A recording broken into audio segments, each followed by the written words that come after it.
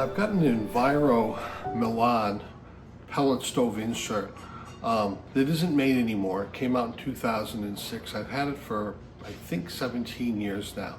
And today's the day in February to do the deep cleaning. I do this in February and I do it again in the spring. We've got to start by just cleaning out, doing a general cleaning and cleaning out the inside first.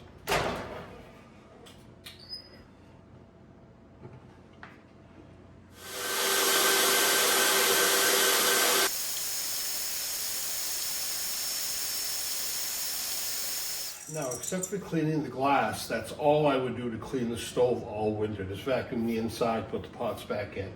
But this warrants some taking apart of the inside to get this rest of the part of the job completed.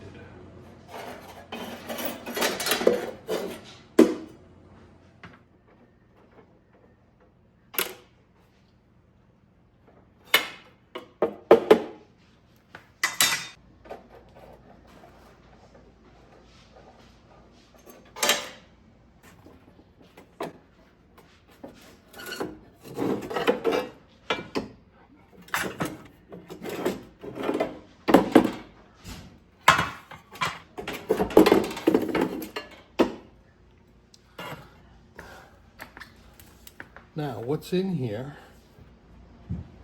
damper right here, this lever moves in and out. You can see this, and then we can see this, a bit of ash in there, but not too much.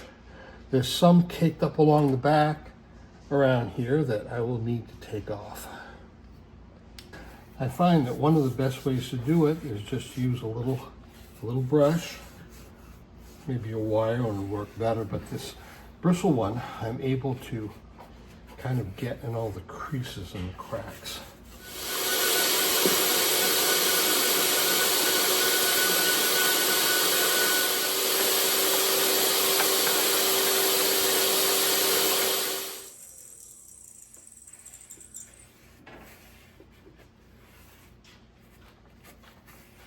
I'm also going to take all of these back plates and brush them off and then vacuum up the mess I made afterwards.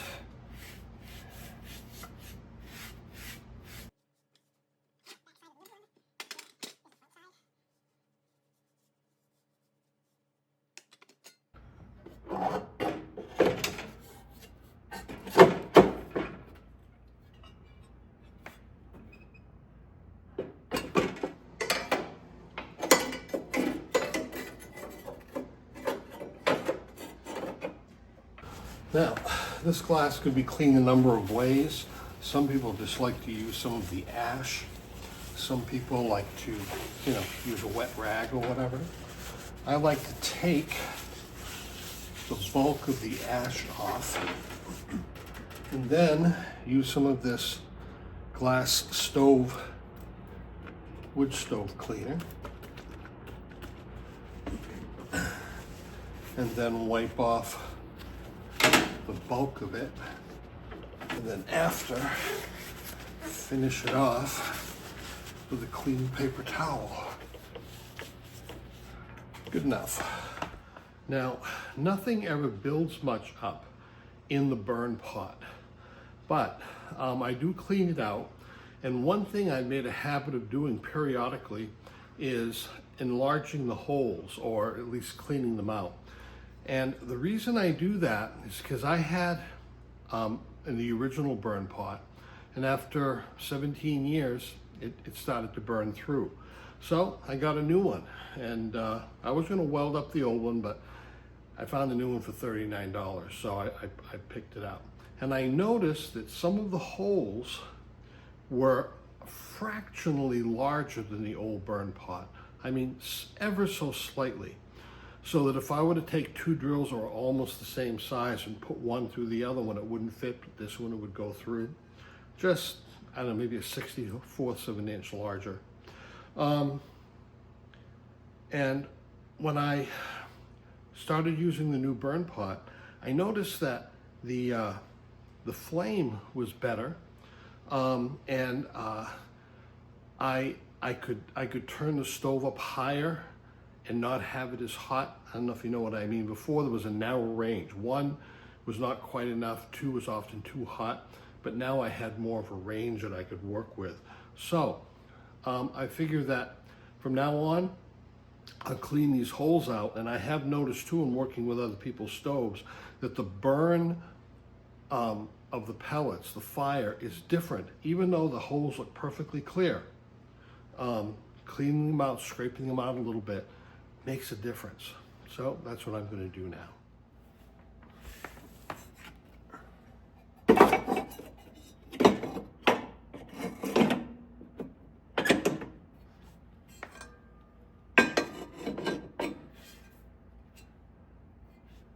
At this point, I could just start the stove up. I mean, it's had a deep cleaning in the front, but there's also the back too.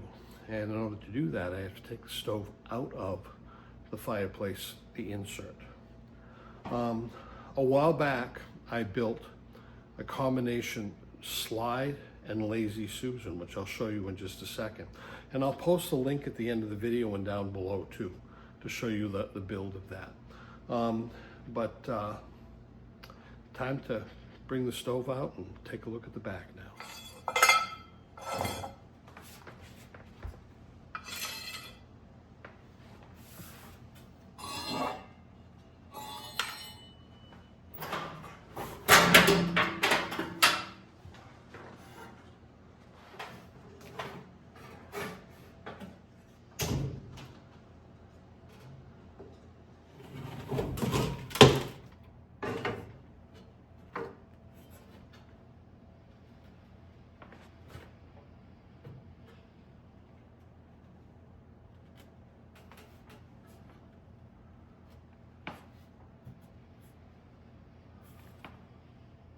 So here we are on the floor now, which isn't a problem at my age, but getting up is.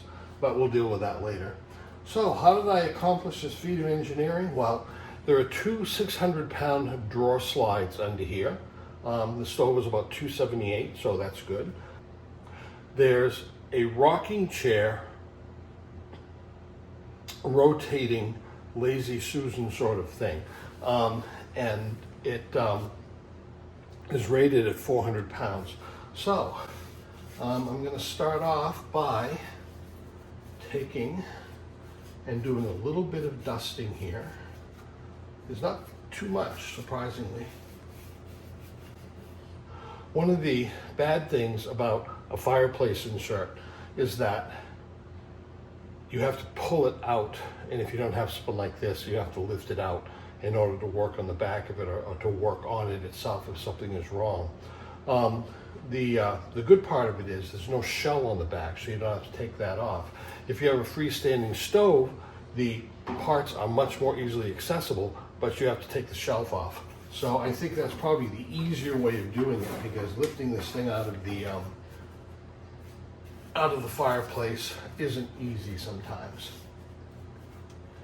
Okay, let's swing it around here. Oh, things are surprisingly clean. It's a little dusty. I expected it to be worse. So here's the dirtiest thing we'll find. This is the combustion blower. And the fan blades in there are in pretty good shape, and I can brush them here from the outside. And this is the fan blade to cool it. The actual combustion blower fan is inside of here, which I'll get to in a second.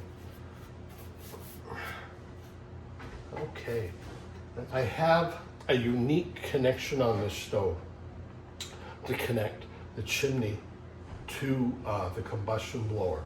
And I have to vacuum this out. There's a box here with a bent up slot, and over here there's a buckle, and the T, which is a special T, slides into this, pushes up against here, the buckle comes over and pulls it back and holds it in. And it works really good. And this is the gasket. This is my third gasket I have. I make my own. It's a silicone gasket, so it lasts quite a while. And it actually works pretty good. Now I'm going to vacuum this out, and I can actually see. Let me see if I can. you can actually see the combustion blower blades in there, so I can vacuum this out and clean it right from this side. Now this stove, which is quite old, has had two parts. This auger motor, and I don't know if you can see way in there, the igniter. There's two wires connected to it. And that's it. And when I'm working on this, I'm very careful not to hit it too much, because things can be brittle in here. But quickly, how a pellet stove works. And this is one of the more basic ones. Most of them are very similar. Most of the Enviros have a lot of similar parts in them too. When you push the button to turn the stove on, the combustion blower starts, and it starts drawing air out of the stove and up the chimney. The air comes in through a small tube in the back, and I do not have an outside air intake on this, and goes through that larger tube in the front. It travels around the burn pot and goes into the holes and fans the flame. Now, at the same time, the auger motor has started up, and the control board acts like a timer. This motor turns at full speed all the time, but these have planetary gears in them, and it's geared down.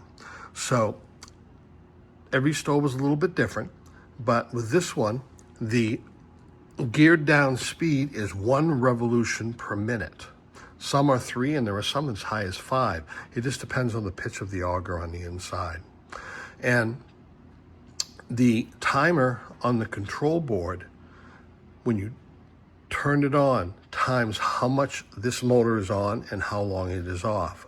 For example, a typical low setting would be that this motor is running for 3 seconds out of every 8. So 3 seconds on, 5 seconds off. As you turn the stove up, it might be 4 seconds out of every 8 or 5 seconds out of every 8. Interestingly, this entire mechanism is kind of loose in here. It's held on by this set screw. So the auger goes up in there, this motor connects to the auger by a set screw, and it just turns the auger. Now, nothing else much really starts up during that time. The air is being fanned over the flames once they start, and the air is blown out the chimney, the augers are coming down, and of course the igniter in there is turned on. Now, after a few minutes, and that depends on the stove, 2, 3, 4, 5 minutes, this switch right here is called a snap disc. And it's basically 2 pieces of metal that are separated. And when this gets up to about 140 degrees, the air going through this, about 140 degrees, this closes and lets the stove know that it has started. This is actually called a proof of fire switch also. So when the stove is hot enough, this closes, and in the process, it tells the control board to turn off the igniter because the stove's running, and it tells the stove that it is now hot enough to start the convection blower, which blows out air out into the room. That's why if you have something that's making a lot of noise in your stove and you think it's a bearing, it's an easy way to tell. Once you turn the stove on, the first thing that turns on is this motor, the combustion one. And if it's making a noise, that's when it's going to happen, because the other one isn't turned on yet. If after this heats up, maybe it's about 5, 10, 15 minutes, and this one starts making a noise, then you know it's this one, because this one will just start later. Usually the combustion blower will make a grinding noise, and the convection blower will often make a squealing or chirping sound. And your convection blower may look like a long squirrel cage thing. Many of them are. The auger motor usually makes a grinding sound, and you can always tell if it's the auger motor because remember, it turns on and off. So if you put your ear close to the stove and you hear a grinding sound for 3 seconds, then it stops, and then it starts again, then it stops. It's this, and it's never usually the motor. It's usually the planetary gears in here. And if they're making a little bit of a noise, that's normal. If you look so close, you can hear a little growling sound going all the time on some stoves. But if it starts getting quite a bit louder, then you know it's that. And of course, if the pellets aren't feeding, it could be that too. On any of these stoves, they have these small connectors that pull out. And you can take an end of an extension cord with a plug on it and put the male end of the connectors on here, or connect them with alligator clips or something, and you can always just test a motor like this, any of them. And there's the ones for here. You can test any of these motors by connecting it directly to power and see if it runs. Now, all of this time that this has happened, right from when you started the stove, this vacuum switch is keeping track of if the air is blowing out of the combustion blower. It makes a small vacuum or suction inside the stove cavity. If it doesn't detect that, it will almost shut the stove off immediately, because it means the smoke isn't being drawn out up the chimney. And it's connected by a small high temperature silicon tube here to the inside of the stove, so that when the combustion blower comes on, it draws air out, it sucks a little air through this tube, and it closes this, which allows the stove to stay started because there is a vacuum in there. Pellet stoves are not like wood stoves. Wood stoves, you have to have a warm chimney to get the draw going. If you ever used a wood stove, sometimes you start a small paper fire in it, get the chimney warm, because warm air rises. Pellet stoves don't do that. They pump the air out. They have a combustion blower that we just talked about, and they just push the air out. Now, your stove might have the control board here, or it might be right behind the control panel. Many of them are, it's just vertical behind there. But either way, you have to have it, and you have to have a timer. Even the stoves with the knobs on them have some kind of digital control board in them, even if it's a simple one that doesn't have microchips in it. It might be an old one with just like transistors, but it has to have a timer for the pellet motor. Last but not least, this switch right up here, this is a high temperature switch. It's right on the back of the stove, and if the stove should get above 200 degrees, this thing flips and turns the entire stove off, because it means the stove is too hot, something is wrong. And mine has a small push button on it that I can reset it. And I have done that a couple of times in 17 years. Some of them don't. Sometimes you have to replace them. But it's a safety feature and should not be bypassed. But if you do need to check and see if this switch is bad, you can pull those wires off, connect them temporarily, and if your stove starts, then that's probably the reason.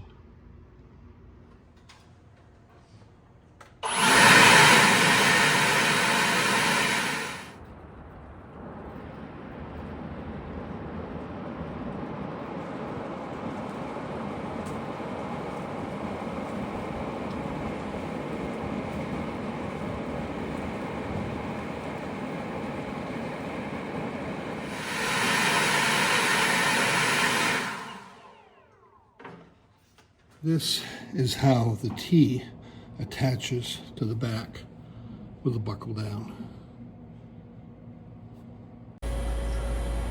Well, I've got it all back together, and the stove is starting up. It's always a fingers crossed thing when that happens. Now, not all stoves are like this. Many are, but not all are.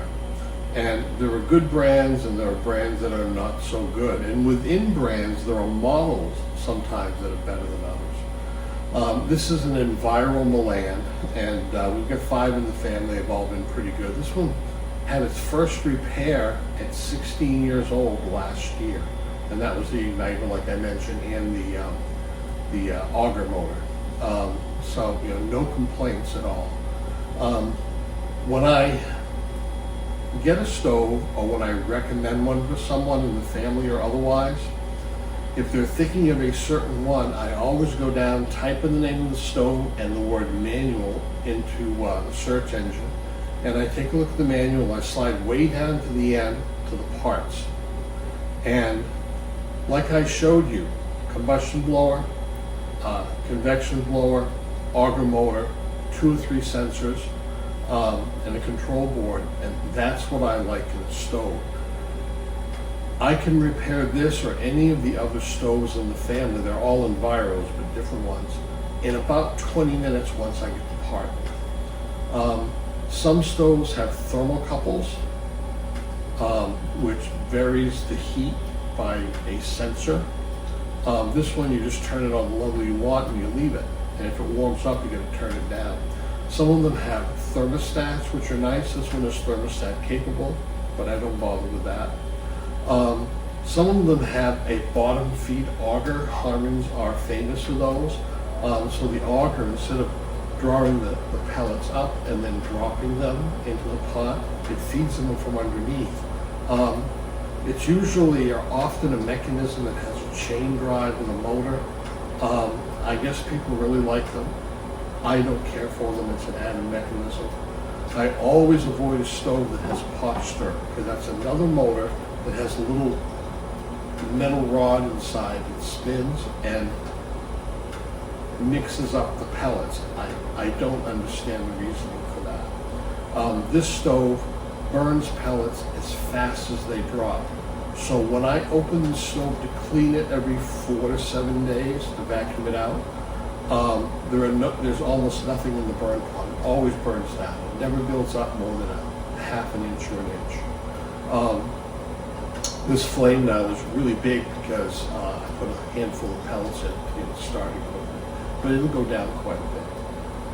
Another thing I like about this particular stove that many other stoves always have is that even though it's 17 years old and not made anymore, they still make parts for it, and most of the parts are interchangeable with some of their newer stoves. So the combustion blower, the convection blower, when I order it, you can see it fits a whole bunch of stoves, some of them newer. So they use interchangeable parts in a lot of their stove. I would imagine that keeps it pretty convenient for them and less expensive, instead of having all different parts for every stove. But it also makes it easier for us because the parts are always available and always easy to get. And the convection blower just came on, so it's throwing some heat.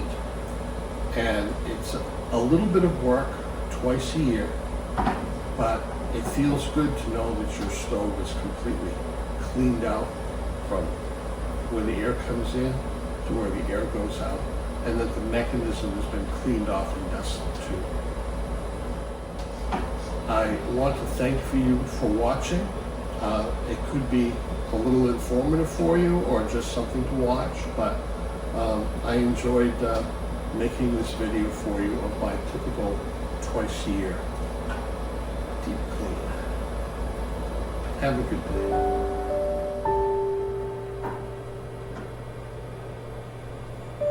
day.